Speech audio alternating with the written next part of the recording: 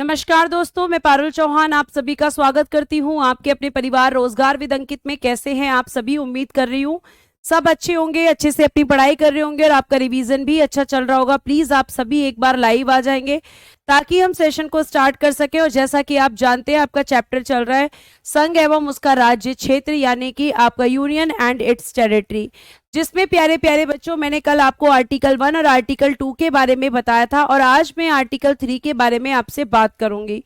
मैंने कल की क्लास में आपको बताया था कि आर्टिकल 1 कहता है कि भारत जो है वो एक संघ है और इस संघ का निर्माण राज्यों और केंद्र शासित प्रदेशों से हुआ है।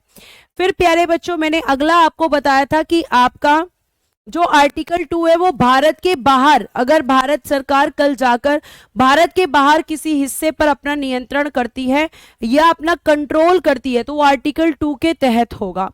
ठीक है बेटा, चश्मा अभी आ रहा है, मेरा चश्मा लगाऊंगी। ठीक है, चश्मा भूल गई हूँ। जी हाँ, प्रदीप, सोनू, महेंद्र, सुशील, संकेत, काजल, अमन, छोटू, शशि, रोशन, राम सिंह, अशोक, सुशील, जिया, सभी को मेरी तरफ से गुड इवनिंग, नमस्ते, राधे राधे। प्यारे प्यारे बच्चों कैसे हैं आप सभी? चलिए जल्दी से बताएंगे एक बार। और अब हम चलते हैं आपके आर्टिकल नंबर 3 की तरफ। प्यारे बच्चों आर्टिकल नंबर 3 में देखना, जरा ध्यान से मेरी बात को सुनना कि आर्टिकल नंबर 3 आपसे क्या कहता है, आर्टिकल नंबर 3 आपसे क्या डिमांड कर रहा है। आर्टिकल नंबर 3 की प्यारे बच्चे जब हम बात करते हैं तो आर्टिकल 3 प्यारे बच्चों सबसे पहले तो ध्यान रखना कि ये भारत के अंदर की बात करेगा। यहां अंदर, इसके अंदर बात करेगा। इसके अंदर क्या है? इसके अंदर 28 राज्य हैं मैम और 8 केंद्र शासित प्रदेश हैं, 8 यूनियन टेरिटरीज हैं। यानी आर्टिकल 2 भारत के बाहर परिवर्तन की और आर्टिकल 3 भारत के अंदर के परिवर्तन की बात करता है। ध्यान से मेरी बात को सुनना, आर्टिकल 3 किसकी बात करता है? भारत के बाहर, सॉरी भारत के अंदर, भारत के अंदर की बात करता है। और क्या अंदर की बात करता है भारत में? तो आर्टिकल 3 कहता है कि आर्टिकल 3 के अकॉर्डिंग क्या कहा गया है, थोड़ा सा ऊपर लिखती हूं। आर्टिकल 3 इसमें क्या कहा गया है? इसमें कहा गया है कि संसद साधारण बहुमत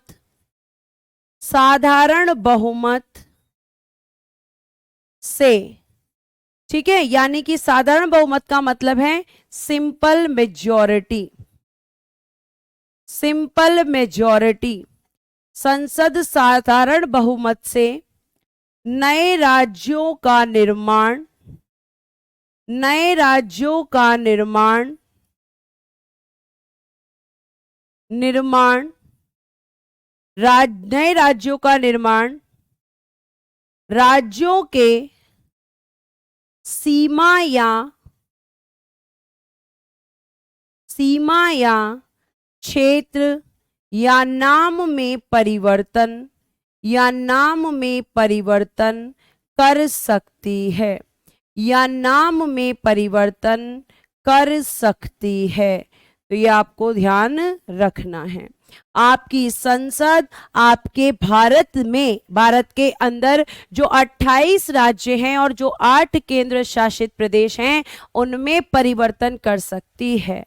जैसे प्यारे बच्चों अगर मैं आपको यहाँ पे ध्यान से ये बात सुनना, अगर मैं आपको बताऊं तो आपकी संसद क्या कर सकती है, जैसे आपका एक राज्य था उत्तर प्रदेश, उत्तर प्रदेश से ही क्या बनाया गया प्यारे बच्चे? उत्तराखंड।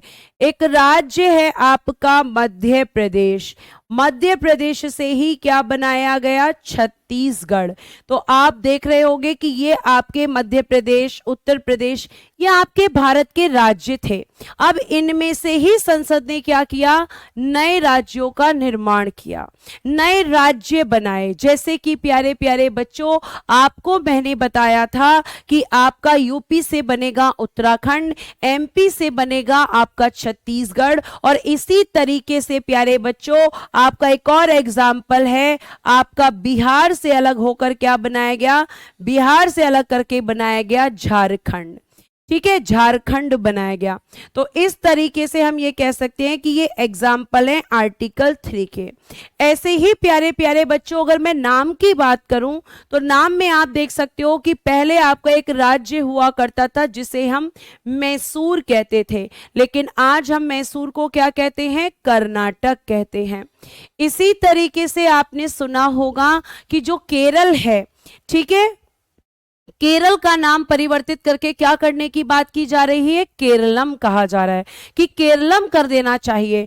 तो किसी राज्य को तोड़कर एक नया राज्य बनाना, किसी राज्य के पुराने नाम को चेंज करके नया राज्य, नया नाम दे देना, या उनके सीमा और क्षेत्र में परिवर्तन कर देना, प्यारे बच्चे यही है आर्टिकल 3। यानी आर्टिकल 3 आपके भारत में जो ऑलरेडी राज्य हैं उनकी बात करता है, आर्टिकल 3। क्या आपको ये बात मेरी समझ में आई? अगर समझ में आई तो जल्दी से आप बताएं। जैसे आंध्र प्रदेश से अलग होकर आपका क्या बना है, आप कहोगे आंध्र प्रदेश से अलग होकर बना है तेलंगाना। बहुत बढ़िया, बहुत सारे बच्चे लिख रहे हैं कि मैम आंध्र प्रदेश से अलग होकर बना है तेलंगाना। तो तेलंगाना भी आपका एक राज्य जो कि आंध्र प्रदेश को तोड़कर बनाया गया, ये सब आर्टिकल 3 में होता है। किसी राज्य को तोड़कर एक दूसरा राज्य बनाना, उस राज्य का नाम चेंज करना, उस राज्य के क्षेत्र या सीमा में परिवर्तन करना, प्यारे बच्चों ये सब आपका आर्टिकल 3 में होता है। और आर्टिकल 3 में जो भी काम होता है वो साधारण बहुमत यानी कि सिंपल मेजॉरिटी के साथ होता है। अब मैम सिंपल मेजॉरिटी किसे कहते हैं, सिंपल मेजॉरिटी किसे कहते हैं? शाबाश बेटा रिस्पॉन्स देने के लिए। अगला प्रश्न बच्चों के दिमाग में घूम रहा है कि आखिर सिंपल मेजॉरिटी क्या होती है। सिंपल मेजॉरिटी किसे कहते हैं, साधारण बहुमत किसे कहते हैं? तो प्यारे बच्चे साधारण बहुमत की जब हम बात करते हैं तो साधारण बहुमत का मतलब होता है उपस्थित और मतदान। उपस्थित यानी कि प्रेजेंट, ठीक है, प्रेजेंट एंड वोटिंग। उपस्थित और मतदान, उपस्थित और मतदान करने वालों का आपको ध्यान रखना है 50% प्लस 1। मैम ये क्या होता है? यानी आधे से एक ज्यादा, उसको हम साधारण बहुमत कहते हैं। और साधारण बहुमत क्या होता है उसको और डिटेल में मैं आपको समझाऊंगी। अब ध्यान से सुनिएगा। अगर प्यारे बच्चे मैं इसकी बात करती हूं तो आपको मैं एक एग्जाम्पल देती हूं, एग्जाम्पल। और एग्जाम्पल क्या है कि यूपी से अलग करके मुझे क्या बनाना था, उत्तराखंड राज्य हमारी संसद को बनाना था। यूपी से अलग करके क्या बनाना था, उत्तराखंड बनाना था। तो उत्तराखंड की हम बात करेंगे। 1 मिनट रुकेंगे, बस 1 मिनट। तो उत्तराखंड राज्य जो है वो कैसे बनाया संसद ने, इस चीज को हम देखेंगे कि संसद ने कैसे उत्तराखंड राज्य का निर्माण किया। इस चीज को प्यारे प्यारे बच्चों हम देखेंगे। मेरी सैलरी से क्वेश्चन नहीं आएगा हिमांशु कि सैलरी कितनी, सैलरी कहां से याद आ रही है तुम्हें? अभी तुम्हें सैलरी पढ़ा भी नहीं रही हूं, सैलरी पढ़ा भी नहीं रही हूं मैं, और आप कह रहे हो कि सैलरी कितनी है। भाई बेटा मेरी सैलरी से क्वेश्चन नहीं आएगा, क्वेश्चन वहां से आएगा जो मैं बता रही हूं या जो मैं पढ़ा रही हूं, वहां फोकस करो, ठीक है। अब देखो यहां से आपका जो उत्तर प्रदेश है इससे अलग होकर क्या बना है, इससे अलग होकर बना है प्यारे प्यारे बच्चों उत्तराखंड। और उत्तराखंड जो बना ये कैसे बना, ध्यान से सुनना। सबसे पहले उत्तराखंड को बनाने के लिए एक प्रस्ताव आता है। क्या आता है प्यारे बच्चों? मोशन, ठीक है। एक प्रस्ताव आया या फिर हम कह सकते हैं कि एक बिल आया, हम कहेंगे बिल, एक विधेयक आया। और ये बिल सबसे पहले कहां पर गया? ये बिल सबसे पहले मैं कह सकती हूं इस तरीके का जो बिल है वो कहां पे जाएगा प्यारे बच्चों? वो जाएगा सबसे पहले लोकसभा में या फिर वो राज्यसभा में भी जा सकता है, किसी भी सदन में जा सकता है। मैं एग्जाम्पल ले रही हूं कि वो लोकसभा में गया। तो लोकसभा में सबसे पहले ये पेश होता है। कोई भी बिल जब होगा तो उसे इंट्रोड्यूस किया जाता है, ध्यान से सुनना, ठीक है, लोकसभा के सदस्यों के सामने। फिर प्यारे बच्चे इस बिल पर चर्चा होती है यानी कि डिस्कशन होता है। अब आप मुझे कमेंट बॉक्स में बताओ कि लोकसभा के कुल सदस्य कितने हैं। लोकसभा के कुल सदस्य वर्तमान में कितने हैं? Total members in Lok Sabha, Lok Sabha में कुल सदस्य प्यारे बच्चे कितने हैं? बताइए जल्दी से, कितने हैं लोकसभा में कुल सदस्य? सबसे पहले कोई भी विधेयक आया वो आपका लोकसभा या राज्यसभा किसी में भी पेश हो सकता है, ठीक है। वो आपका हमने माना कि लोकसभा में पेश हुआ, और लोकसभा में जब पेश हुआ उसके बाद उस पर चर्चा हुई, और प्यारे बच्चों चर्चा के बाद फिर क्या होगा? ये यहां से पारित होगा, यानी कि लोकसभा से पास होगा। और लोकसभा में कौन बैठता है? एमपी बैठते हैं। एमपी बैठते हैं जिनको हम चुनते हैं। जो बच्चे कह रहे हैं 543, वेरी गुड, एक्सीलेंट। 543 वर्तमान में लोकसभा के सदस्यों की संख्या है। क्या है? 543। अब प्यारे बच्चे जब ये यहां से पास होगा तो पास करने के लिए वोटिंग होती है, पास करने के लिए यहां मतदान होता है, और ये मतदान कौन करेगा? एमपी। मतदान करने वाले कौन होंगे? एमपी, यानी कि लोकसभा के सदस्य होंगे, क्योंकि लोकसभा से इसको पास कराना है। तो लोकसभा में 543 मेंबर्स हैं, लेकिन क्या बच्चों क्लास में सारे बच्चे डेली आते हैं? क्या आप डेली स्कूल जाते थे? क्या आपके स्कूल में कभी कोई एब्सेंट नहीं रहता था? ऐसा नहीं है मैम, कोई ना कोई एब्सेंट जरूर रहता था, जरूर कोई ना कोई एब्सेंट रहता था। तो हम ये मान रहे हैं कि जिस दिन इसको पास किया जा रहा है उस दिन केवल कितने लोग आए? उस दिन केवल 400। तो 400 का निकालो 50% +1, क्योंकि जितने लोग प्यारे बच्चों प्रेजेंट होंगे उतने ही लोग वोटिंग करेंगे। तो बताओ इस बिल को पास करने के लिए आपको कितने एमपीस की जरूरत है? 400 आए हुए हैं, 400 टोटल का नहीं प्यारे बच्चों, प्रेजेंट एंड वोटिंग का। तो हमने एग्जांपल लिया कि केवल 400 लोग आए हैं। अब 400 आ सकते हैं, 450 आ सकते हैं, 500 आ सकते हैं, 350 आ सकते हैं। जितने प्रेजेंट होंगे और वोटिंग करेंगे उनका 50% +1। बताइए कितना होगा? बताइए प्यारे बच्चों कितना होगा? बहुत बढ़िया, एमडी आदिल, सन्नी, उसके बाद उत्कर्ष की मैम 201, शाबाश। तो आपको जैसे ही 201 वोट मिलेगा ये विधेयक यहां से पारित हो जाएगा। एमपी की फुल फॉर्म प्यारे बच्चे मेंबर ऑफ पार्लियामेंट, मैंने फर्स्ट क्लास में ही बता दिया था, ठीक। उसके बाद प्यारे प्यारे से बच्चों अब ये बिल यहां से पास होकर राज्यसभा में जाएगा। अगर राज्यसभा में पेश होता तो फिर लोकसभा में आता, लेकिन लोकसभा में पेश हुआ तो राज्यसभा में आएगा। अब राज्यसभा में ये पेश होगा, फिर यहां पर भी चर्चा होगी, और फिर यहां से भी प्यारे बच्चे ये पारित होगा। और यहां पर राज्यसभा के सदस्य कितने हैं? 245 हैं। तो यहां से पास होने के लिए भी क्या चाहिए? उपस्थित और मतदान का 50% +1, 50% +1 चाहिए। और प्यारे बच्चों ये जिसके पास, जैसे मान लो यहां पे हम एग्जाम्पल ले लेते हैं कि केवल 200 सदस्य आए हैं, तो 200 का 50% +1 आपका कितना होगा? 101। कितना होगा? 101।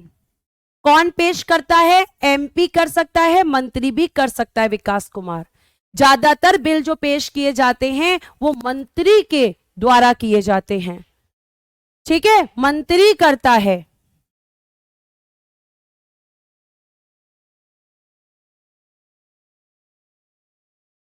ठीक है, मंत्री के द्वारा पेश किए जाते हैं प्यारे बच्चों। अब यहां से दोनों हाउस से पास हो गया, दोनों हाउस मतलब लोकसभा से पास, राज्यसभा से पास, और फिर पहुंचेगा ये प्रेसिडेंट के पास, फिर जाएगा प्यारे बच्चे ये आपके देश के राष्ट्रपति के पास।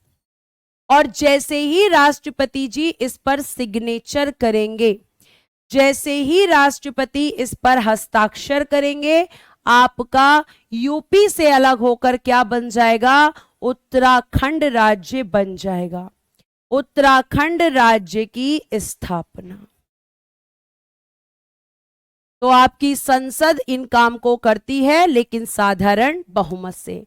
राज्य आपके जब अंदर तोड़कर बनते हैं भारत के अंदर, तो आपको ध्यान रखना है कि वो जो राज्य होते हैं वो संविधान का संशोधन नहीं होते, क्योंकि प्यारे बच्चे आपकी आर्टिकल 3 में संसद जो भी काम करती है वो साधारण बहुमत से करती है और सिंपल मेजॉरिटी से कभी भी संविधान में संशोधन नहीं होता। ठीक है, वर्कशीट बेटा अपलोड हो जाएगी, वर्कशीट में भेज चुकी हूं, अपलोड होने वाली होगी थोड़ी बहुत देर में। क्लियर है? यहां तक अगर समझ में आया हो तो थम्स अप करें ताकि मैं आर्टिकल 4 की तरफ बढ़ सकूं। ठीक है, प्रसेनजीत जी पिछली क्लासेस देखिए, सब बताया है कि भारतीय संविधान किसने लिखा है, ये सब मैंने आपको बताया है। पॉलिटी से 2 से 3 क्वेश्चंस आपके आएंगे। ठीक है, ये आपका आर्टिकल 3। फिर प्यारे बच्चों आपका अगला है आर्टिकल 4। आर्टिकल 4 इसके बारे में हम बात करते हैं। राज्य भी जैसे राज्य बनता है वैसे ही नाम चेंज होता है, वैसे ही सीमा या क्षेत्र में भी परिवर्तन होता है। ठीक है, आर्टिकल 2 में आपको कल ही पढ़ा चुकी हूं। थैंक यू सो मच बच्चा फॉर रिस्पॉन्स। आगे देखिए, आगे है आपका आर्टिकल नंबर 4।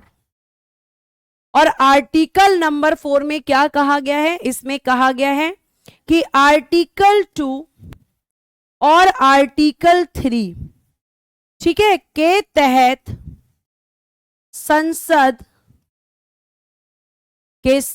संसद जो भी कार्य करती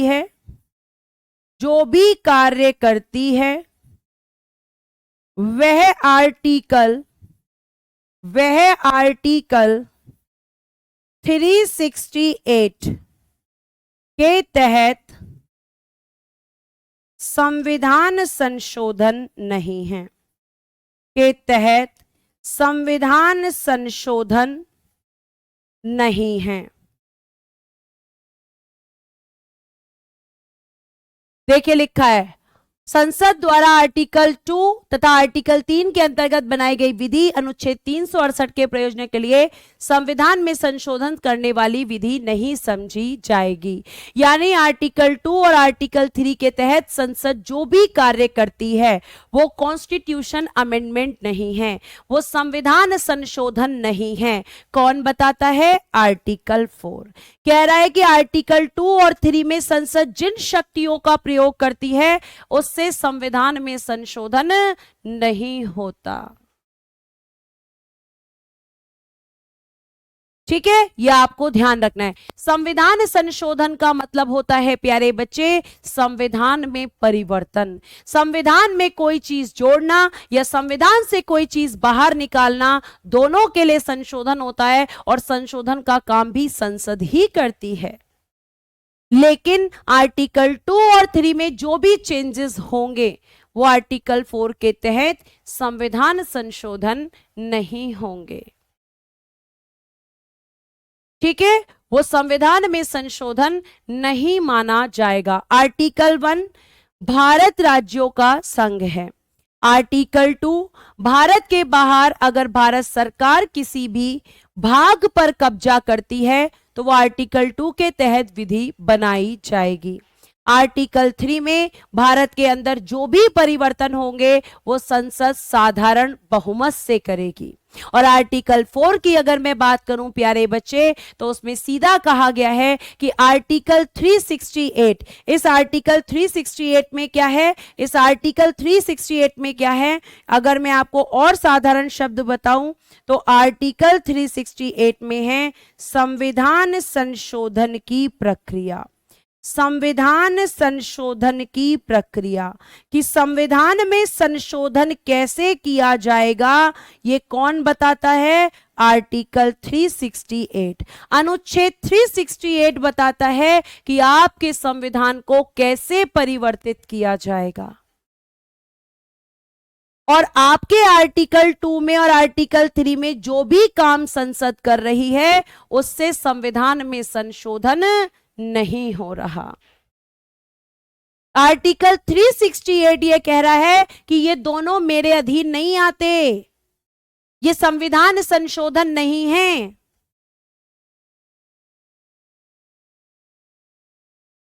ठीक है, तो बताइए जल्दी से, यहां तक चीजें क्लियर हैं तो थम्स अप कीजिए ताकि मैं आपको इस चैप्टर की आगे की कहानी बता सकूं। बताइए जल्दी से एक बार कमेंट करके, यहां पे आपको चीजें समझ आई या नहीं। आगे आगे भागने वाले बच्चों को मैं कोई आंसर नहीं दूंगी, आप जहां मैं पढ़ा रही हूं वहां से कर सकते हैं।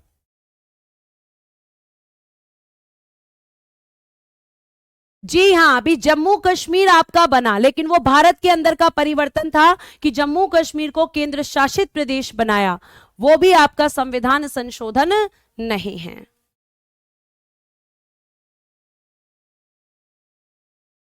ठीक है, तो ये आपको पता होना चाहिए। मैं आपको साधारण शब्दों में भी चीजों को समझा रही हूं, और बेटा ऐसा नहीं कर सकते कि जैसे हम बातें करते हैं उसमें मैं संविधान पढ़ा दूं, क्योंकि फिर आपको संविधान अगर ऐसे पढ़ा दिया गया तो पेपर में कुछ समझ नहीं आएगा। थैंक यू सो मच बेटा रिस्पांस देने के लिए। जो बच्चे फोकस होकर पढ़ेंगे उन्हें सब समझ में आएगा। ठीक है, अब देखिए आगे, ये चैप्टर जब शुरू किया गया है तो हम आगे की बात करते हैं। 1 मिनट, इसी चैप्टर में है, कोई नया चैप्टर नहीं है, कहीं ये मत सोचने लग जाना कि नया चैप्टर स्टार्ट हो गया। नया चैप्टर स्टार्ट नहीं हो रहा है। मैं अब आपको यहां पे ध्यान से देखिएगा, मैं आपको पढ़ाऊंगी लिखकर। ठीक है, लिखकर पढ़ाऊंगी। अब देखो ध्यान से, प्यारे बच्चों आप मुझे बताओ कि भारत कब स्वतंत्र हुआ। भारत की स्वतंत्रता के पश्चात, भारत की स्वतंत्रता के पश्चात, after independent of India, after independent of India, after independent of India, Bharat की स्वतंत्रता के पश्चात, आफ्टर इंडिपेंडेंट ऑफ इंडिया, बताएं बेटा कब आजाद हुआ। शाबाश, 15 अगस्त 1947, 15th of August 1947। Very good, इस दिन आपका भारत आजाद हुआ। अब भारत की आजादी के बाद की बात हो रही है प्यारे बच्चे, और जब हम भारत की आजादी की बात करते हैं, ठीक है, जब हम भारत की आजादी की बात करते हैं तो आप मेरी बात को जरा ध्यान से सुनना। यहां पे देखना, भारत की स्वतंत्रता के पश्चात यानी 15 अगस्त 1947 के बाद, इसके बाद क्या हुआ। इसके बाद प्यारे बच्चे भारत के लोगों की मांग, भारत के लोगों की मांग, demand of the Indian people, demand of the Indian people, Bharat के लोगों की मांग शुरू हुई। और ये मांग क्या थी। भाषाई आधार पर, भाषाई आधार पर राज्यों का गठन।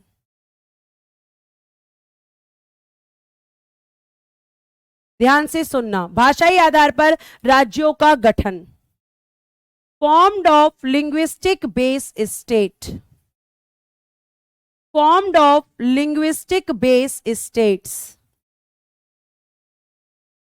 लिंग्विस्टिक बेस स्टेट्स, भाषा के आधार पर राज्यों का गठन होना चाहिए।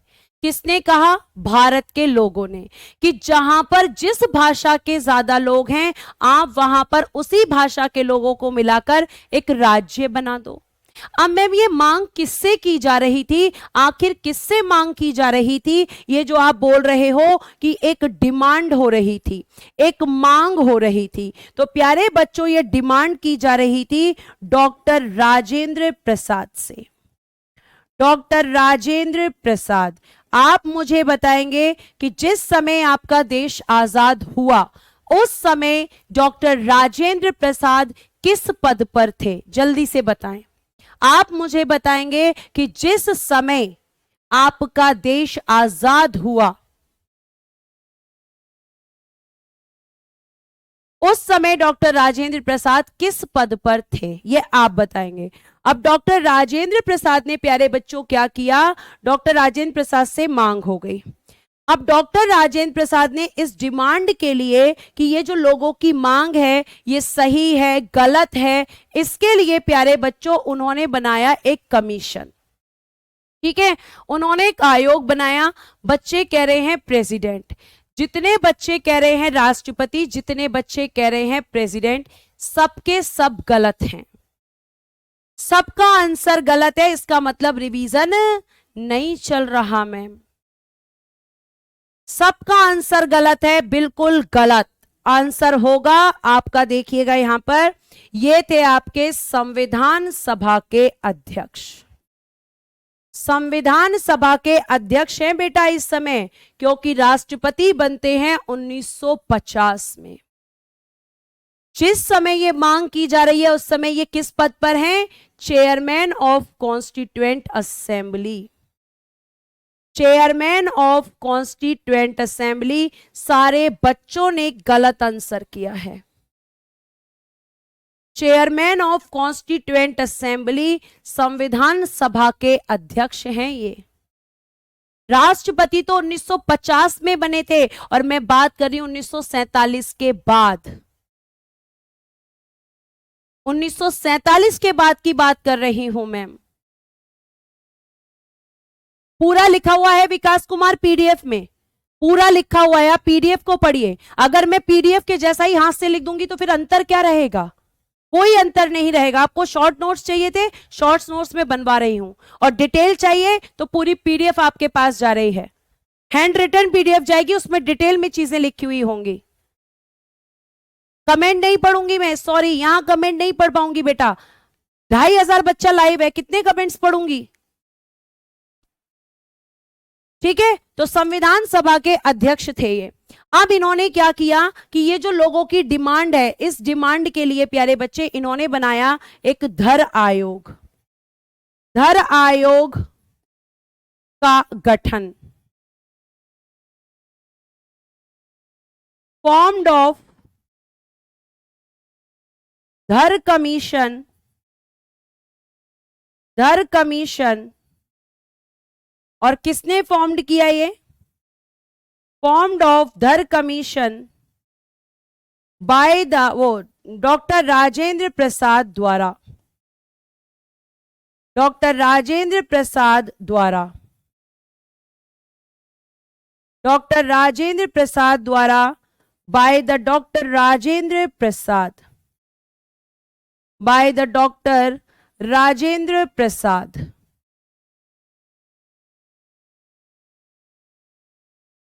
ठीक है, धर आयोग का गठन हुआ। किसने किया? मैम डॉक्टर राजेंद्र प्रसाद ने। अब अगला प्रश्न कि ये जो धर आयोग है इसका गठन कब हुआ, ये कब फॉर्म्ड हुआ था?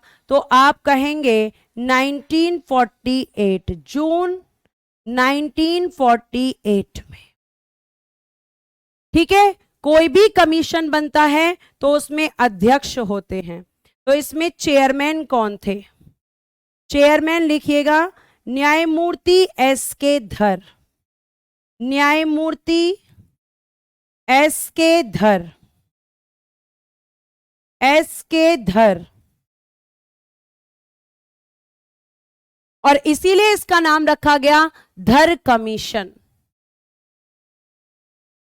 ठीक है, उसके बाद आगे फिर प्यारे बच्चों ये जो कमीशन है, ये जो कमीशन है इसमें कितने सदस्य थे? तो 4 सदस्यीय आयोग। 4 सदस्यीय आयोग, 4 मेंबर कमीशन। 4 मेंबर्स कमीशन, 4 सदस्यीय आयोग था। कार्य क्या था इसका? कार्य भाषा के आधार पर राज्यों का गठन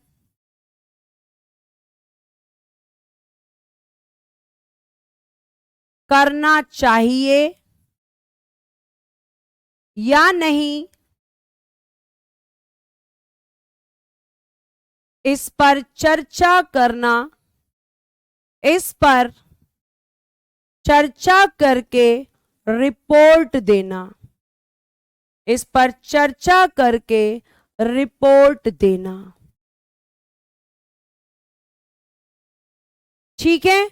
और प्यारे बच्चे, अब अगला प्रश्न ये आता है कि इस कमीशन ने अपनी रिपोर्ट कब दी। रिपोर्ट कब दी, यह आपका अगला प्रश्न है। तो रिपोर्ट दी थी 10 दिसंबर 1948।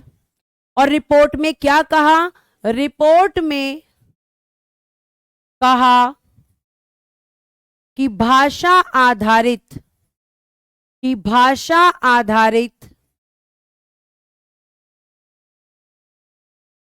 लिंग्विस्टिक बेस,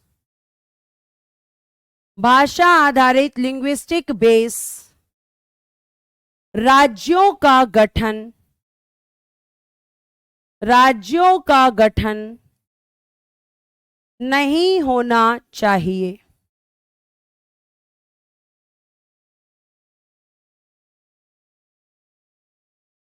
इसने मना कर दिया कि बिल्कुल भी नहीं होना चाहिए। तो प्यारे बच्चों, यहां पे वापस चले जाओ। एक मांग भारत की स्वतंत्रता के बाद डॉक्टर राजेंद्र प्रसाद से की लोगों ने कि आपको ध्यान रखना है कि हमें चाहिए भाषा आधारित राज्य। डॉक्टर राजेंद्र प्रसाद ने कहा कि मैं इस मांग पर विचार करने के लिए एक आयोग बनाऊंगा। उन्होंने एक आयोग बनाया। आयोग बनाने के बाद प्यारे बच्चे, इस आयोग में 4 सदस्य थे। इसमें एक अध्यक्ष जिनका नाम न्यायमूर्ति एस.के. धर था और इन्हीं के नाम पर इस कमीशन का नाम धर कमीशन रखा गया। और ये कमीशन आपका जून 1948, प्यारे बच्चे इसको जरा पीडीएफ में करेक्शन कर लेना। यहां पे जून 1948 करना है। 1 मिनट। जून 1948 दोनों जगह पे करेक्शन कर लेंगे। यहां लिखिएगा जून 1948 और यहां भी लिखिएगा जून 1948। ठीक है, जिसे डिटेल में चाहिए पूरा डिटेल में लिखा हुआ है। और प्यारे बच्चों ध्यान रखना कि ये आपका आयोग बना। इस आयोग ने ये कहा कि भाई मैं जो है ये कहता हूं कि आपको भाषा के आधार पर रिपोर्ट जो है राज्यों का गठन नहीं करना चाहिए। 3 घंटे नहीं पढ़ाऊंगी, केवल 1.5 घंटे पढ़ाऊंगी। 3 घंटे पढ़ लोगे तुम? स्टेमिना है तुम में? अगर पढ़ सकते हो तो मैं तुम्हें ही पढ़ा देती हूँ। आज एमटीएस का ऑफ कर देती हूँ बैच। बताओ तुम तैयार हो? तुम्हारे अंदर है इतना स्टेमिना कि तुम 3 घंटे पढ़ सकते हो? मैं तो 6 घंटे भी पढ़ा सकती हूँ, मेरे पास इतना स्टेमिना है। बेटा पीडीएफ सही कर दी है, देखिए, इसीलिए तो करेक्शन करवाया है पीडीएफ में। ये रहा, सही करा दिया है इसको। जून 1948 वो गलती से टाइप हो गई है। ठीक है, आगे देखिए। अब इसने रिपोर्ट दे दी। अब इस रिपोर्ट से डॉक्टर राजेंद्र प्रसाद सहमत नहीं हुए, तो डॉक्टर राजेंद्र प्रसाद ने सोचा कि एक समिति और बना देता हूं। तो ध्यान से सुनिएगा, यहां लिखिएगा धर आयोग की रिपोर्ट के पश्चात, धर आयोग की रिपोर्ट के पश्चात, after the report of Dhar commission,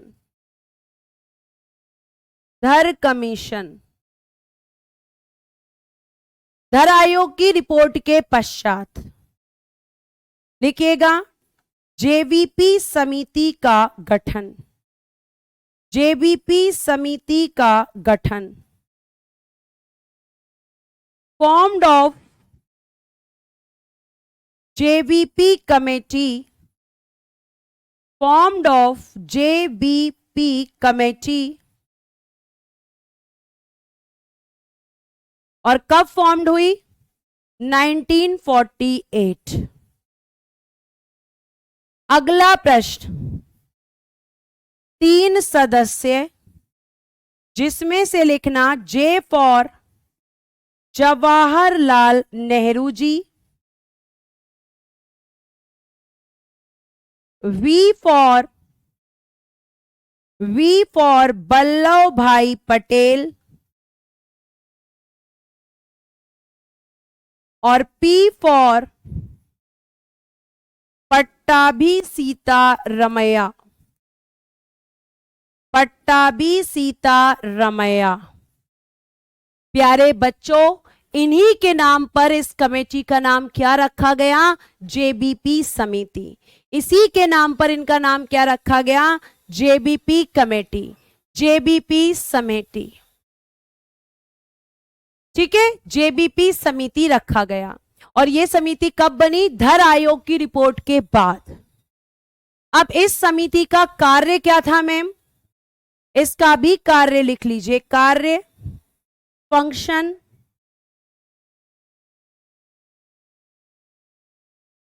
भाषा आधारित राज्यों का गठन,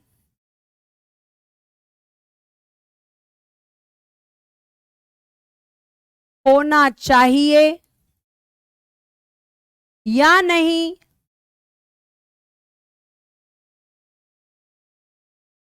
इस पर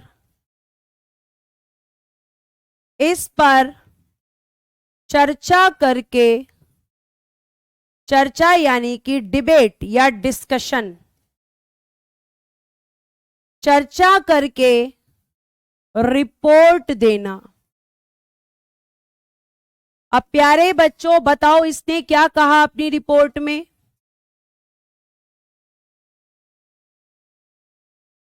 इसकी रिपोर्ट इसने दी प्यारे बच्चों 1 अप्रैल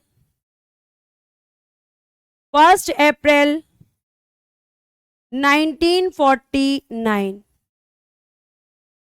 1 अप्रैल 1949 को इसने अपनी रिपोर्ट दी। और प्यारे बच्चों उसके बाद इसने रिपोर्ट में क्या कहा? रिपोर्ट में कहा नहीं, रिपोर्ट में कहा नहीं। अब जो भी रिपोर्ट कमीशन और कमेटी की आई थी, बेटा जेबीपी की फुल फॉर्म प्यारे बच्चे ये लिखी हुई जेबीपी, ध्यान से देखो बोर्ड की तरफ। रिपोर्ट देखो ध्यान से, वो रंजन जी देखिए ध्यान से। J for Jawaharlal Nehru ji, V for आपके वल्लभ भाई पटेल और पी फॉर पट्टाभी सीतारमैया। ठीक है, यह आपको ध्यान रखना है। तो अब प्यारे बच्चों यहां पे क्या हुआ? अब इसने अपनी रिपोर्ट दे दी। रिपोर्ट देने के लिए बाद इसने भी क्या कहा? नहीं करना चाहिए। अब प्यारे बच्चों यहां पे क्या होगा? ध्यान से सुनना। यहां पे तेलंगु, ध्यान से सुनिएगा, आयोग और समिति की रिपोर्ट के पश्चात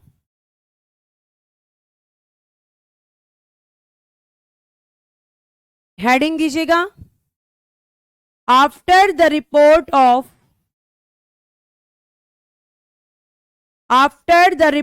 of commission and committee,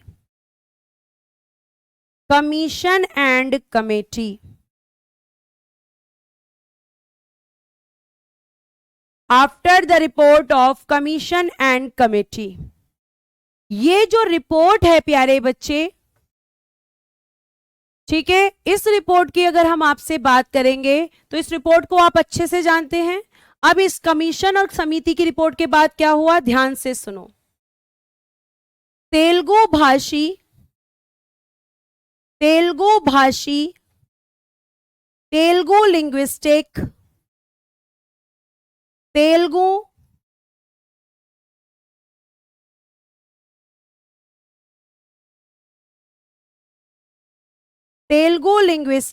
Telugu भाषी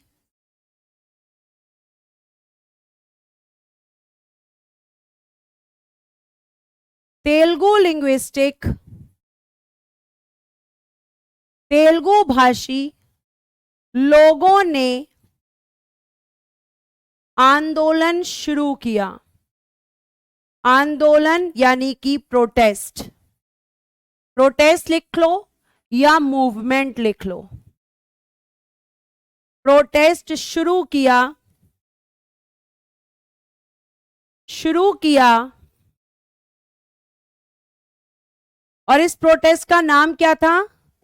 विशालांध्र, विशालांध्र आंदोलन, विशालांध्र आंदोलन। प्यारे बच्चे, ये इस प्रोटेस्ट का नाम था। ये प्रोटेस्ट क्यों शुरू किया? आखिर क्या जरूरत थी इस प्रोटेस्ट को शुरू करने की? क्योंकि लोगों ने जो मांग की थी वो मांग नहीं मानी जा रही थी। बाकी सारे लोग शांत बैठे हुए थे, लेकिन तेलुगु लोग बोले कि हम शांत नहीं बैठेंगे। आपको हमें क्या करना होगा? आपको हमें भाषा आधारित राज्य देना होगा। और इसीलिए तेलुगु लोगों ने एक प्रोटेस्ट स्टार्ट किया जिसे विशालांध्र आंदोलन कहते हैं। विशाल आंध्र आंदोलन, इसको इंग्लिश में भी यही बोलेंगे, विशाल आंध्र, विशाल आंध्र प्रोटेस्ट, ये इसका नाम है। अब जब ये प्रोटेस्ट शुरू हुआ तो बहुत समय तक इस प्रोटेस्ट का कोई रिजल्ट नहीं निकला, कोई भी नहीं निकला। ठीक है, कोई रिजल्ट नहीं निकला। जब रिजल्ट नहीं निकला तो प्यारे बच्चे, इस आंदोलन में एक लीडर आए, इस आंदोलन में एक नेता आकर जुड़ गए और उन नेता का नाम है, लिखिएगा, पोट्टी श्री रामुल्लू। पोट्टी श्री रामुल्लू, लिखिएगा, पोट्टी श्री रामुल्लू। ये आकर इसमें जुड़ गए, ये इस आंदोलन के नेता बने और इन्होंने पता है क्या किया? इन्होंने गांधी जी की तरह इनका विरोध किया। गांधी जी की तरह कैसे मैम? गांधी जी की तरह प्यारे बच्चे, इन्होंने कहा मैं भूख हड़ताल करूंगा, मैं आमरण अनशन पर बैठूंगा। क्या शुरू किया इन्होंने? पोट्टी श्री रामुल्लू जुड़े और प्यारे बच्चे ध्यान से सुनना, रामुल्लू ने आमरण अनशन, आमरण अनशन यानी कि आपका डेथ स्ट्राइक, आप डेथ स्ट्राइक कह सकते हो या फास्टिंग। डेथ स्ट्राइक, रामुल्लू ने आमरण अनशन की शुरुआत की, शुरुआत की। और प्यारे बच्चों जरा ध्यान से सुनना, जब इन्होंने आमरण अनशन यानी कि फास्टिंग शुरू की तो ये फास्टिंग ऐसी होती है कि ना तो इसमें खाते हैं और ना ही इसमें पीते हैं। खाना पीना पूरी तरीके से बंद कर दिया और सरकार से कहा, ध्यान से सुनना, 1952 पे पहुंच चुकी हूं मैं, और जिस समय की अब मैं बात कर रही हूं उस समय आपके देश के राष्ट्रपति डॉक्टर राजेंद्र प्रसाद बन चुके हैं, आपकी संसद बन चुकी है और आपके प्रधानमंत्री जवाहरलाल नेहरू जी बन चुके हैं। क्योंकि अब मैं बात कब की कर रही हूं? 1952 की। प्यारे बच्चों, इन्होंने आमरण अनशन शुरू किया तो ध्यान से सुनना, ये क्या हुए?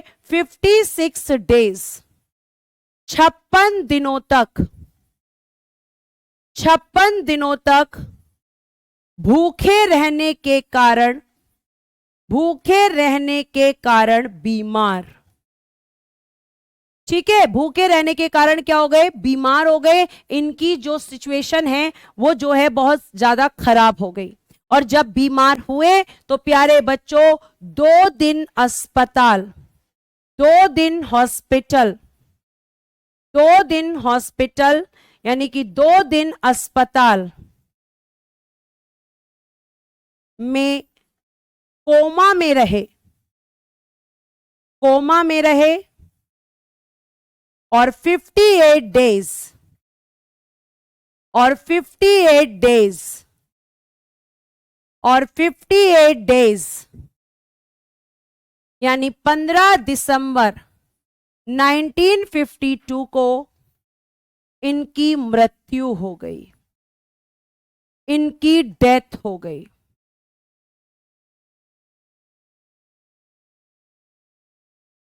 ये खत्म हो गए। तो डेथ कितने दिन में हुई? 58 डेज में। ठीक है, इसको पीडीएफ में करेक्शन कर लेना। पीडीएफ में लिखा है 56, मैं ठीक करा देती हूं। पीडीएफ को साथ साथ ठीक करा रही हूं ताकि कोई भी गलत चीज आपके पास ना पहुंचे।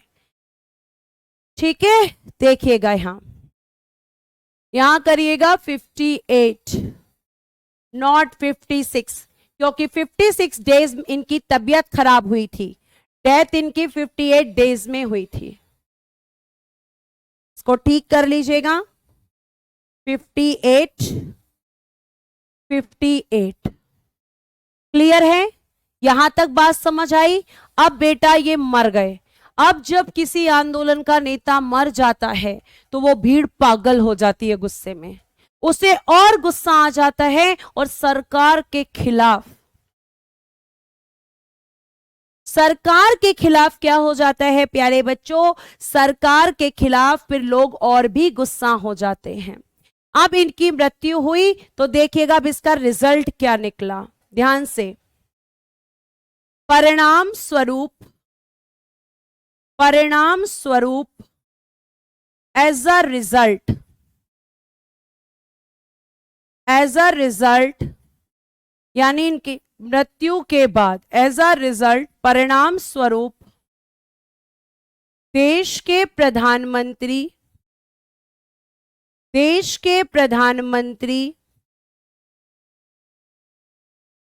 Prime minister of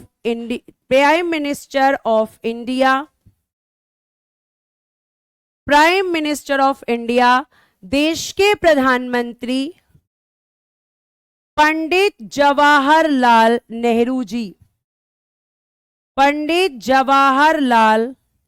Nehru ji, ठीक है, ने भाषा आधारित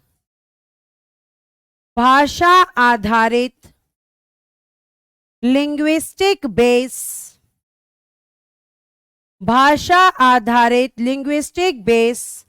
प्रथम राज्य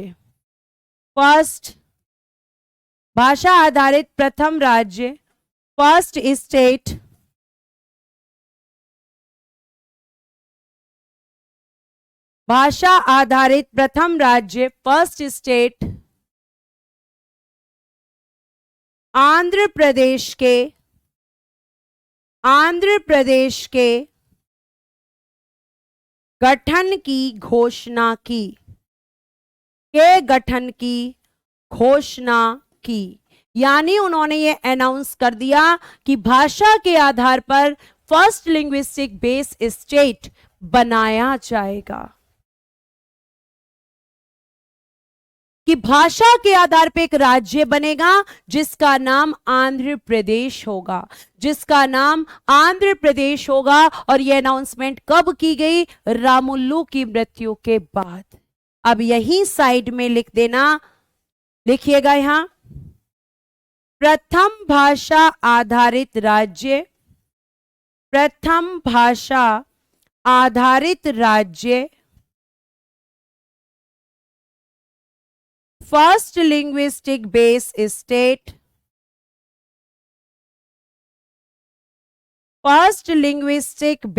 स्टेट आंध्र प्रदेश का गठन। बताओ कब हुआ? आंध्र प्रदेश का गठन बताइए कब हुआ? मैम 1 अक्टूबर 1953।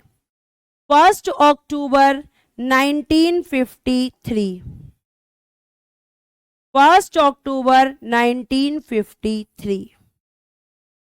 1 अक्टूबर 1953 को आंध्र प्रदेश एक आपका भाषा आधारित पहला राज्य बन गया। आंध्र प्रदेश भाषा आधारित प्यारे बच्चे आपका पहला राज्य बन गया और इसका गठन हुआ 1 अक्टूबर 1953 को।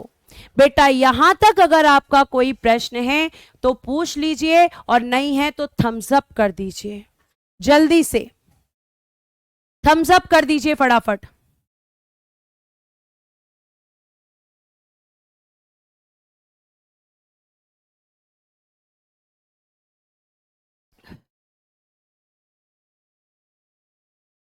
ठीक है,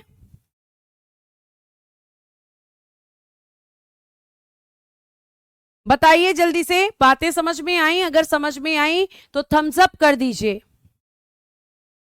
संकेत आपकी तरफ से प्रॉब्लम है बेटा, ये प्रॉब्लम किसी और को नहीं है। ठीक है, बहुत बढ़िया, शाबाश, मिल गया।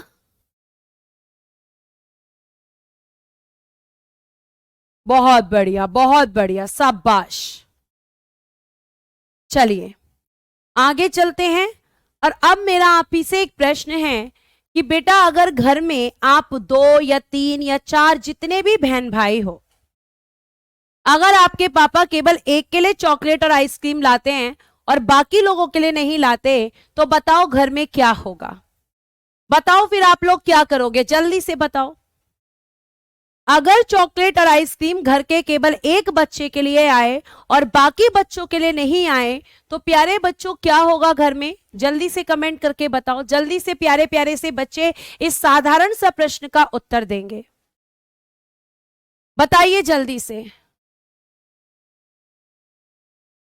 बताओ जल्दी से।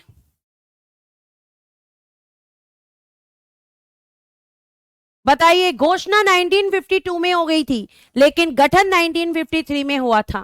लड़ाई होगी मैम, युद्ध होगा, विद्रोह होगा, झगड़ा होगा, कलेश होगा, महाभारत होगी, सब हो गया, कुछ नहीं बचा, वर्ल्ड वॉर तक हो गया। अरे बाप रे, इतना ज्यादा। चलो ठीक है, अब यहां पे क्या हुआ, ये भी आपके घर में एक बच्चे के लिए चॉकलेट आने वाली जैसी कहानी है।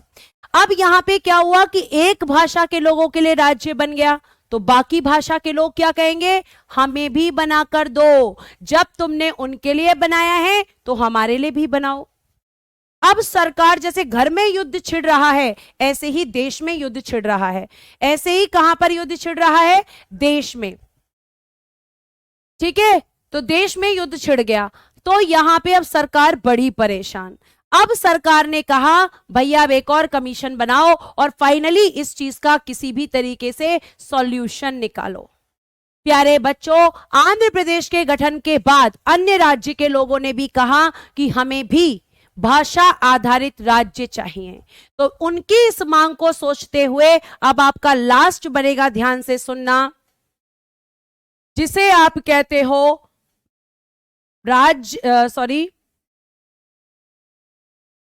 इसे कहा जाता है, इस आयोग को कहा जाता है, एक तो आप कहते हो फजल अली आयोग। ठीक है, फजल अली आयोग इसे कहा जाता है, और इसका दूसरा नाम है राज्य पुनर्गठन आयोग। राज्य पुनर्गठन आयोग। ठीक है, राज्य पुनर्गठन आयोग, ये दो नाम हैं इसके, ध्यान से सुनो। इंग्लिश में लिखिएगा फजल अली कमीशन या स्टेट रीऑर्गेनाइजेशन कमीशन, या स्टेट रीऑर्गेनाइजेशन कमीशन। ठीक है, ध्यान से। अब प्यारे बच्चों, इसका गठन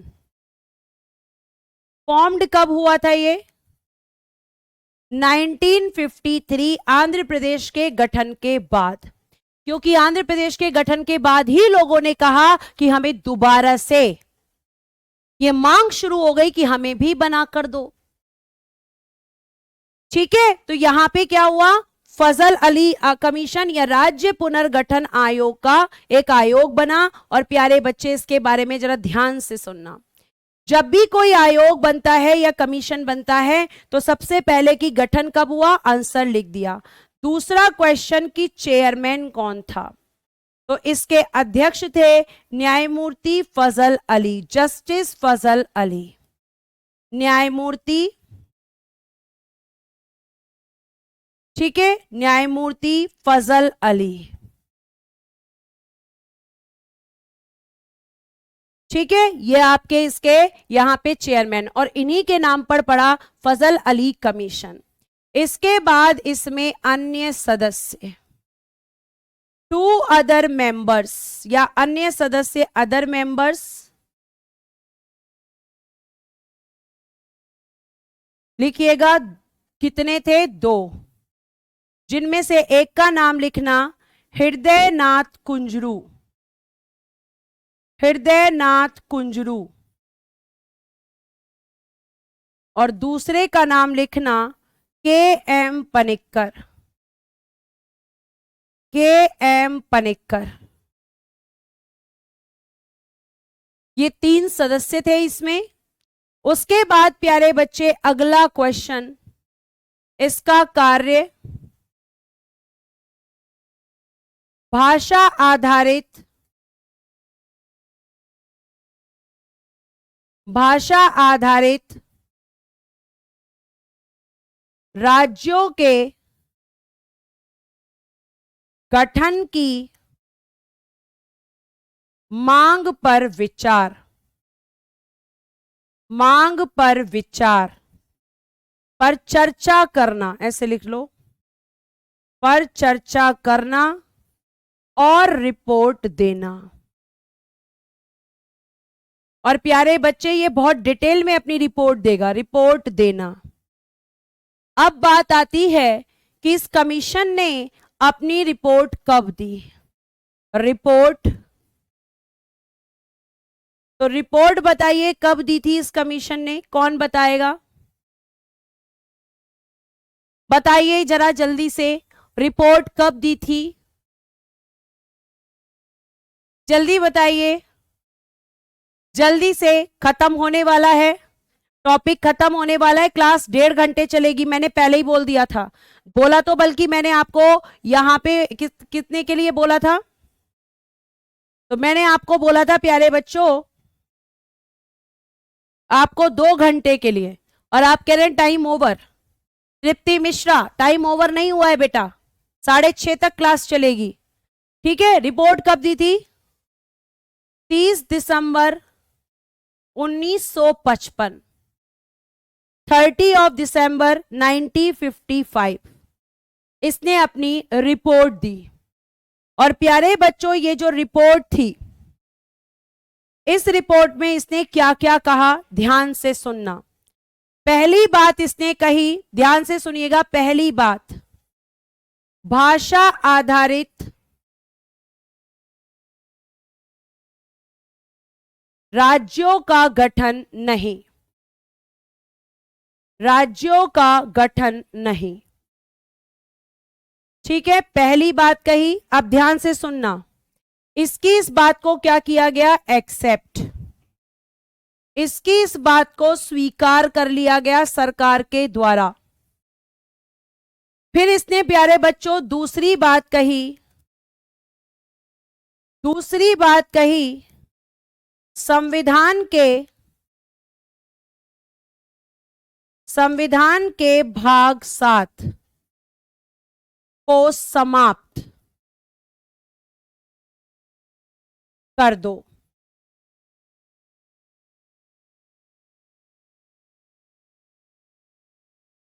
क्या बोला, एंड ऑफ द पार्ट 7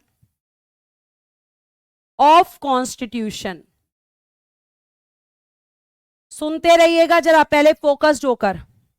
पहली बात स्वीकार की, और दूसरी बात क्या हुई, तो प्यारे बच्चों दूसरी बात कही कि पार्ट 7 को एंड कर दीजिए।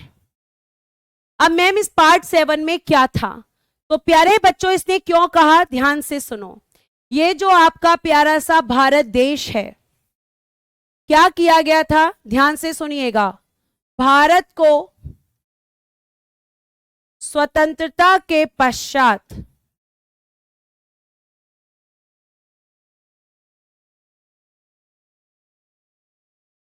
After independent of India, after independent of India,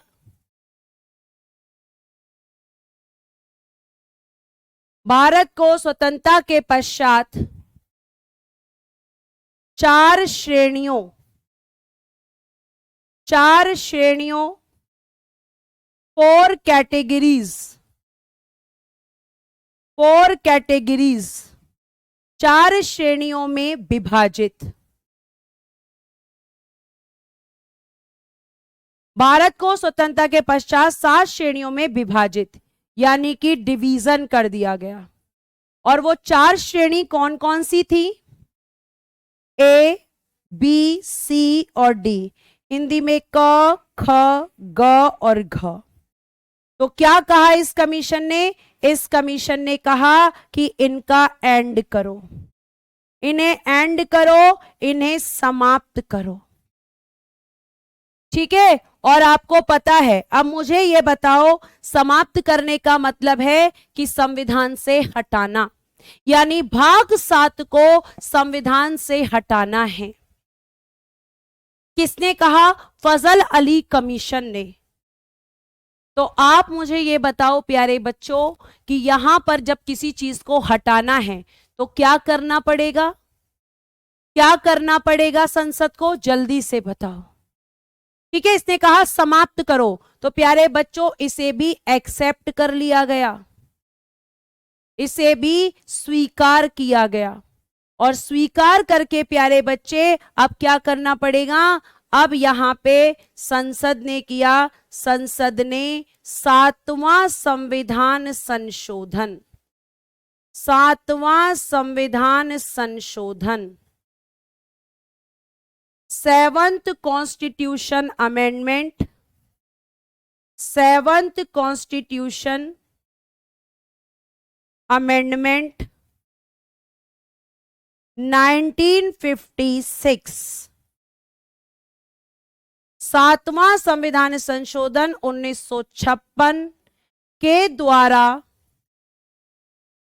भाग 7 यानी पार्ट 7 को समाप्त कर दिया, को समाप्त कर दिया।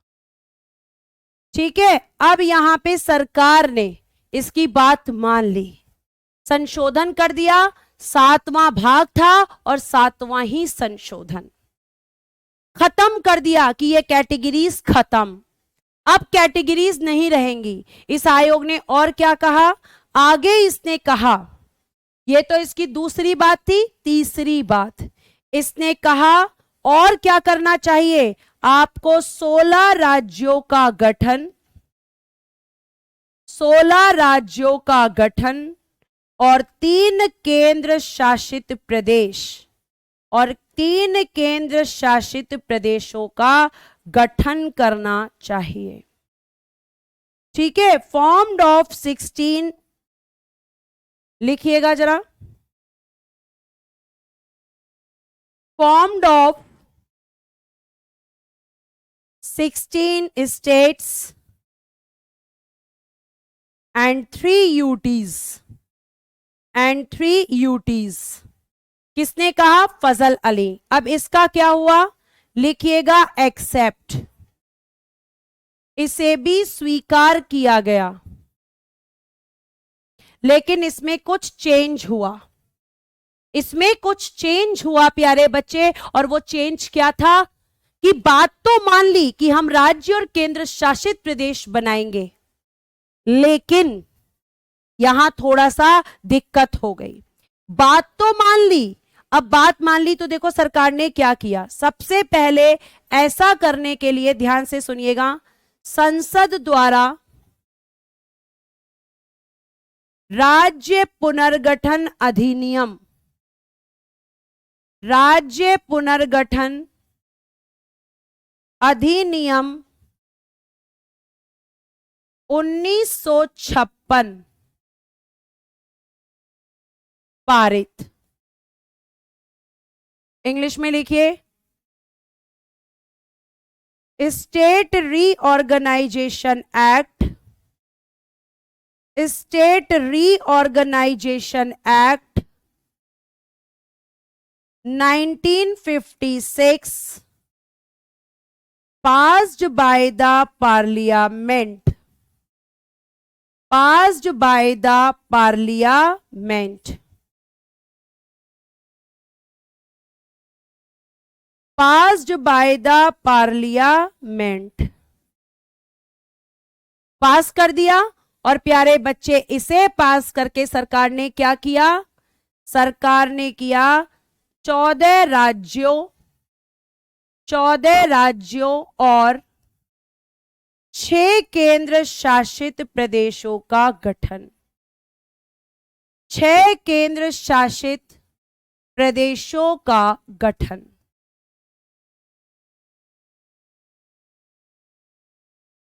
Formed of 14 states and 6 UTs and 6 UTs। और ये कब किए गए? 1956 में। तो इस तरीके से जो आज आप भारत देख रहे हो, वो भारत प्यारे बच्चे कैसे बना? तो फजल अली की रिपोर्ट पर बना। ये अनुच्छेद नहीं है लुम्बाराम, अनुच्छेद नहीं है ये।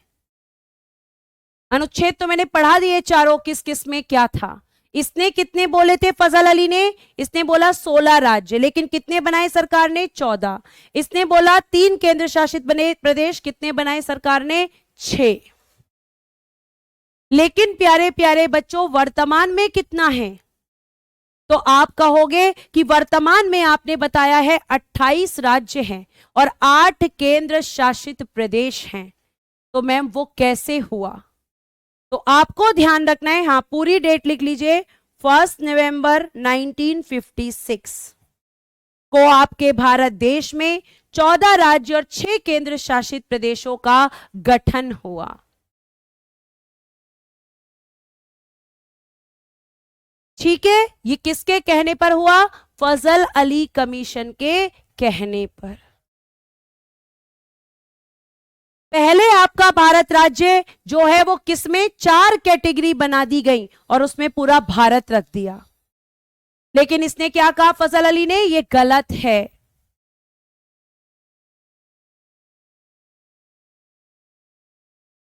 ये गलत है। ठीक है, अब यहां पर फिर इसने क्या किया? ये हो गया। प्यारे बच्चों, अब आपके देश में वर्तमान में कितने राज्य हैं? आप कहोगे 28, तो चलो पहले 28 राज्य देख लेते हैं। आइए जरा इधर ध्यान से। 14 राज्य आपके पहले से है, उसके बाद आंध्र प्रदेश आपका 1953 में बन गया था। 15वां राज्य था गुजरात। 15वां राज्य कब बना? 1960। फिर प्यारे बच्चे आपका 16वां राज्य बना नागालैंड 1963। फिर प्यारे बच्चों 17वां बना हरियाणा 1966। ठीक है, क्या समझ में नहीं आ रहा है रामजी कुमार? कमेंट तो मुझे दिख रहा है, लेकिन मैं कमेंट तब देखूंगी, पहले तो आप मुझे ये बताओ कि रेगुलर क्लास करते हो।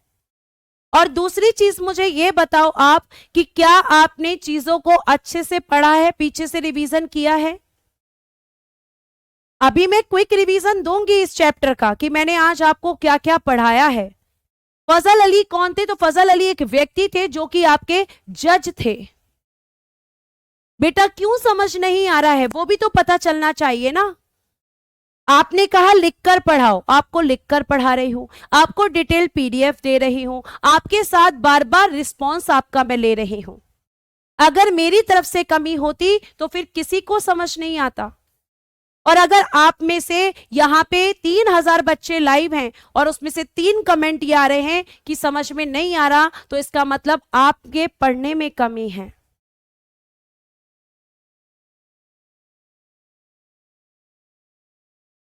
ये आप मुझे ये भी तो बताओ, समझ में क्यों नहीं आ रहा?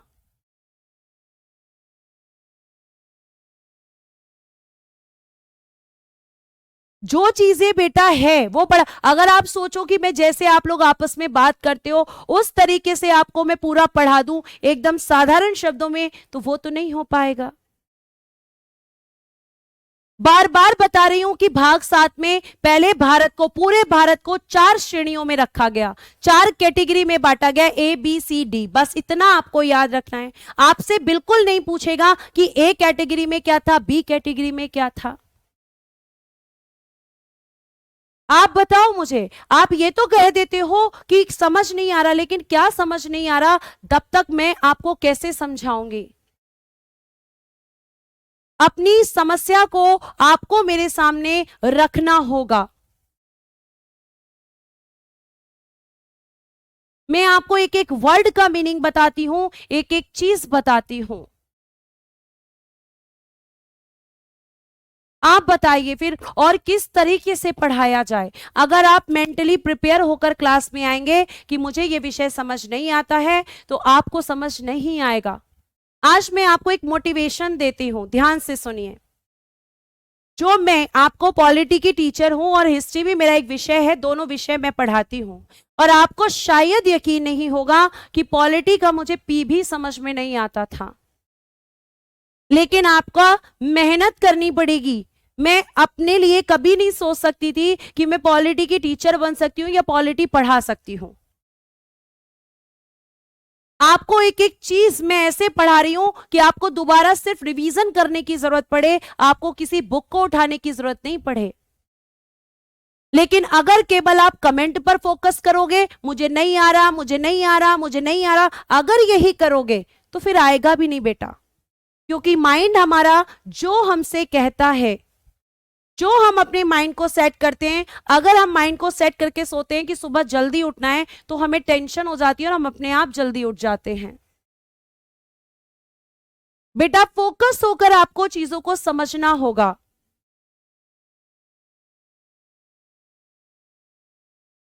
ठीक है, और मैं रिस्पॉन्स ले रही हूं आपसे। अब आप ये लिख देते हो समझ नहीं आ रहा, लेकिन क्या नहीं आ रहा वो भी तो बताओ। मैं आपसे डेली पूछती हूं।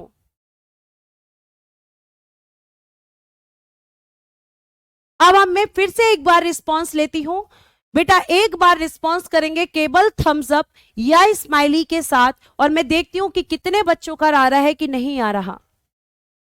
प्लीज मुझे एक बार रिस्पॉन्स बताएं अपना कि आपको समझ आ रहा है या नहीं। जल्दी से एक बार रिस्पॉन्स दीजिए, जल्दी से एक बार रिस्पॉन्स चाहिए मुझे, और इसीलिए मैं रिस्पॉन्स लेती हूं साथ साथ। बेटे आपको समझना होगा, आपको चीजों को क्लास में फोकस होकर सुनना होगा।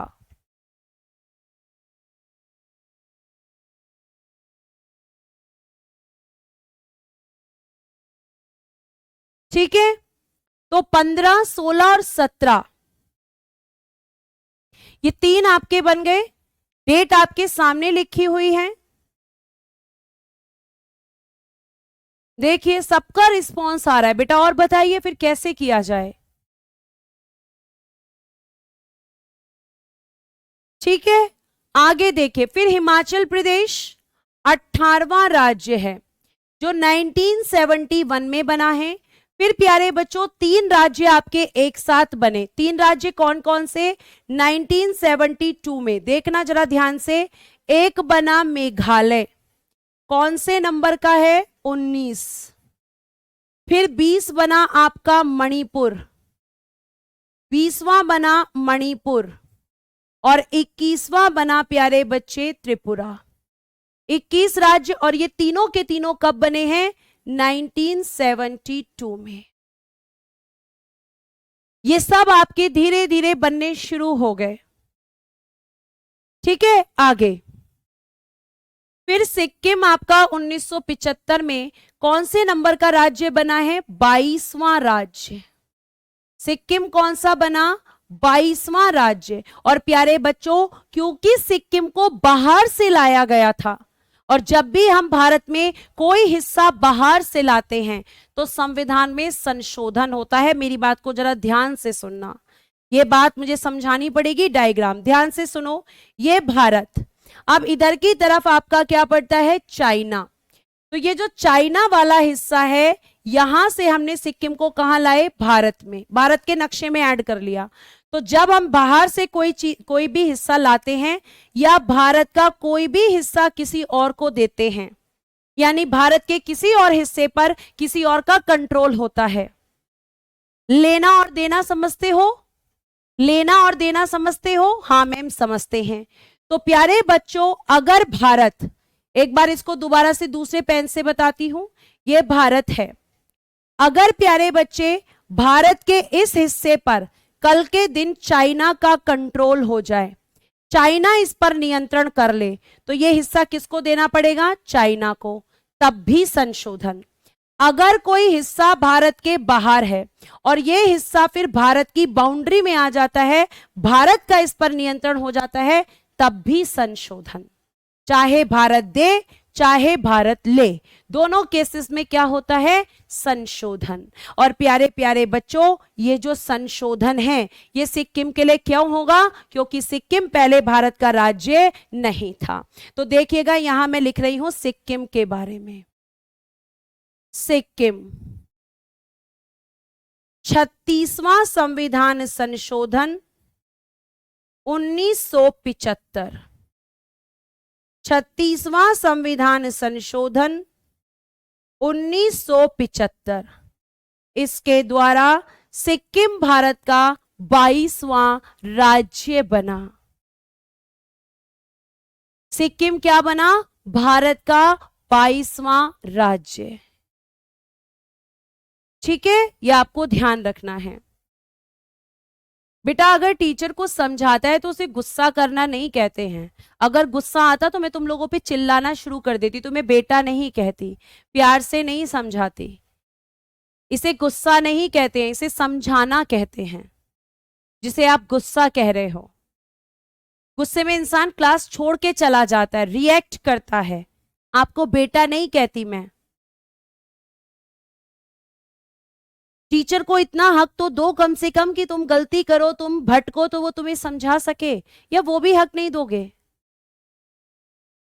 अभी तुम बच्चे हो, 12th पास की है तुमने अभी।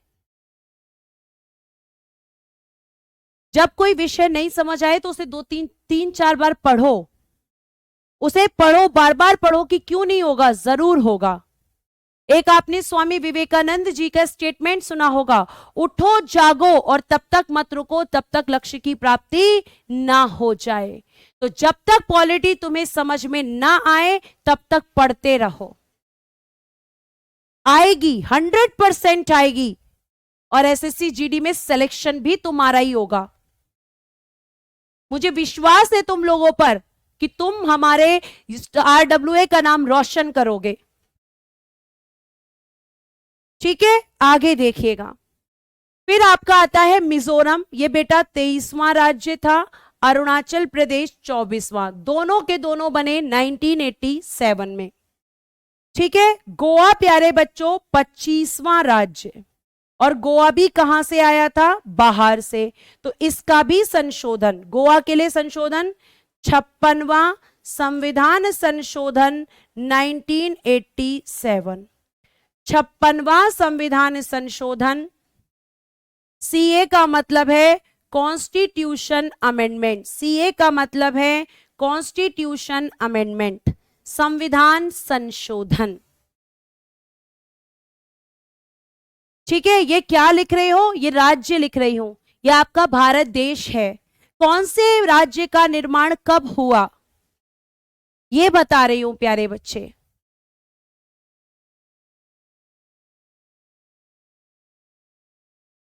ठीक है, आगे फिर आपका छत्तीसगढ़ 26वां राज्य बना, मध्य प्रदेश से अलग होकर 1 नवंबर को 2000 में। फिर आपका 27वां राज्य बना, उत्तराखंड यूपी से अलग होकर 9 नवंबर 2000 को।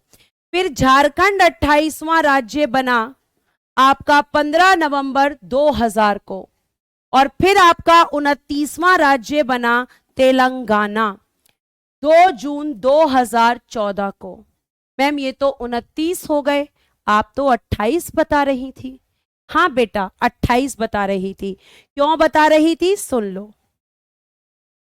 31 अक्टूबर 2019 जम्मू कश्मीर और लद्दाख, जम्मू कश्मीर जेके का मतलब है जम्मू कश्मीर और दूसरा प्यारे बच्चों लद्दाख, ये आपके क्या बने 31 अक्टूबर 2019 में दो नए केंद्र शासित प्रदेश, दो नए केंद्र शासित प्रदेश कब बने 2019 में।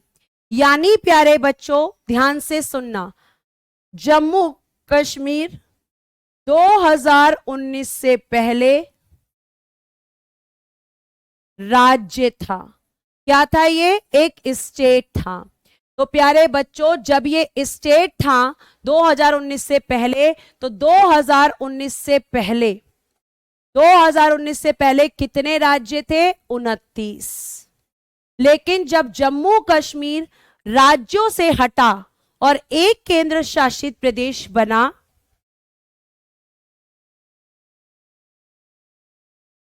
एक केंद्र शासित प्रदेश बना, वो कौन बना? जम्मू कश्मीर। यानी कि आपके 2019 तक 29 राज्य थे जम्मू कश्मीर को मिलाकर, लेकिन जम्मू कश्मीर को क्या कर दिया? राज्य से बाहर निकाल दिया और एक केंद्र शासित प्रदेश बना दिया। जैसे प्यारे बच्चे एक घर में दो बहनें हैं, एक बहन की शादी हो गई, वो ससुराल चली गई, तो कितनी बहन बची? एक। शादी से पहले कितनी थी? दो। शादी के बाद कितनी बची? एक। तो ऐसे ही जम्मू कश्मीर का, जम्मू कश्मीर को शादी करके कहां भेज दिया? केंद्र शासित प्रदेशों में। और जब केंद्र शासित प्रदेशों में भेजा तो माइनस क्या करोगे? माइनस जम्मू कश्मीर यानी कि 1। तो कितने राज्य हो गए? 28 राज्य। समझ आई बात? जल्दी बताओ, समझ आई बात? जल्दी बताओ। विशाल ब्लॉक करा दूं आपको? मन है आपका ब्लॉक होने का? जो इस तरीके के घटिया कमेंट कर रहे हो आप, और मेरी बात सुन रहे होंगे स्ट्रीमर भैया, और आपका कमेंट भी देख रहे होंगे और स्क्रीनशॉट लेके सीधा जाएगा मैनेजमेंट में, फिर मत बोलना कि क्यों मुझे ब्लॉक करवा दिया। ठीक है, समझ आई बात? तो कितने राज्य हो गए? 28, क्योंकि राज्यों से निकालकर कहां पे भेज दिया? केंद्र शासित प्रदेशों में। अब आप देखेंगे केंद्र शासित प्रदेश, केंद्र शासित प्रदेश कितने थे मैम? 1956 में केंद्र शासित प्रदेश थे 6। कितने थे? 6। अब प्यारे बच्चों जो सातवां है, सातवां केंद्र शासित बना 1962 में, सातवां, ठीक है, सातवां केंद्र शासित प्रदेश बना आपका पुदुचेरी।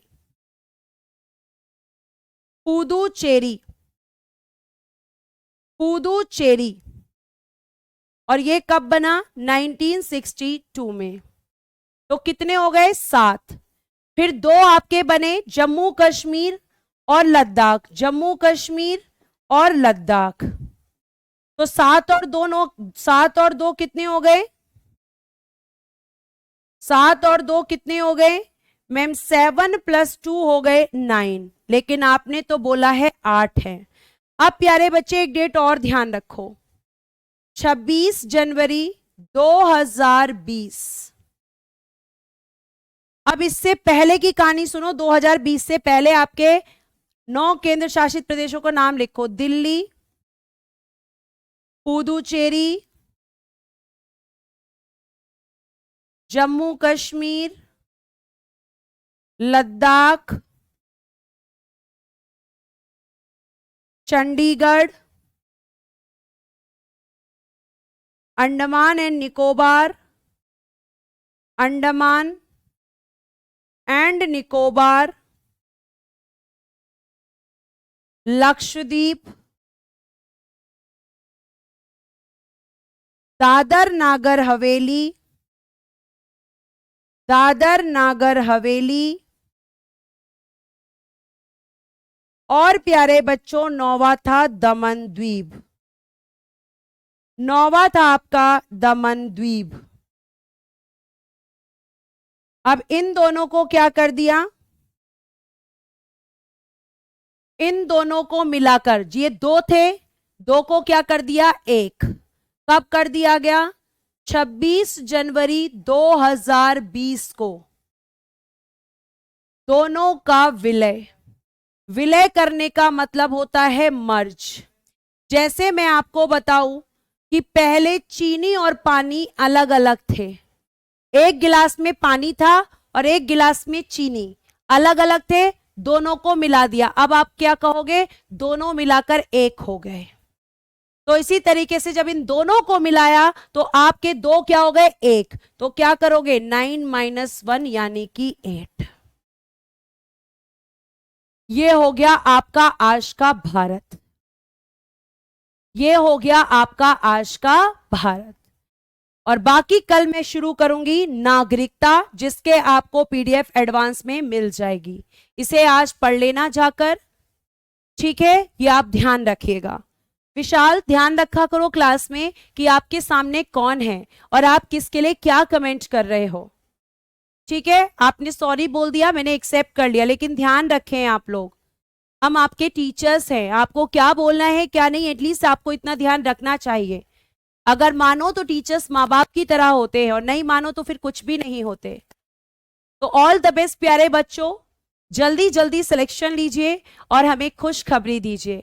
और ये पीडीएफ आपके पास बाइलिंगुअल जो बोर्ड पीडीएफ है वो पहुंच जाएगी और हैंड रिटन पीडीएफ वो पहुंच जाएगी। हैंड रिटन एक साथ लगी हुई होगी और बोर्ड आपकी एक साथ लगी हुई होगी, ठीक है। आज के लिए प्यारे बच्चों धन्यवाद, bye bye, take care and good day everyone. जय हिंद, जय भारत। क्लास अच्छी लगी हो तो स्माइली देकर जाना, ठीक है।